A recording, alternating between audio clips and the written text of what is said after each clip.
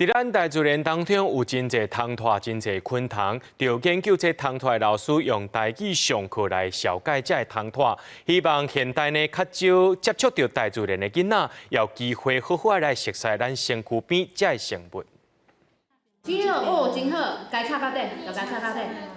细字甲做标本呢，用糖浆涂入去落甲久，甲伊固定咧铺咧拢房仔顶悬，就会使准备甲卡湿点开打扫做标本。即节课用台语教囡仔熟悉汤拖，也动手做打扫标本，甚至有家长为新得来参与即节台语标本课。阮即个查某囝自细汉就对动物啊、昆虫啊，拢就有兴趣的，就想讲，伊既然有兴趣，就互伊培养即种哇。互伊上我即种课，伊嘛会感觉讲这是有兴趣，伊就较愿意学，然后愿意听。这个是有角久，无的无角的，是毋是？有角的是公的，无的哈即个。家长也对咧学汤拖的知识，课程当中有真侪汤拖标本会当看，会当帮大人囡仔感觉真新鲜。即节课的老师是本身咧做生态研究的阿莹，也是母语家庭家长。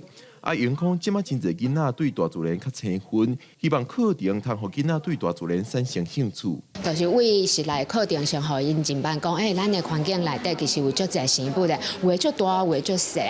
你去行，若是讲未来去行步道，譬如讲去散步，还是去倒位的时阵，其实就是昆虫是咱上接会拄到的一种生物。阿莹的课程透过上接看到的落甲久，真啊久积累，小解汤拖。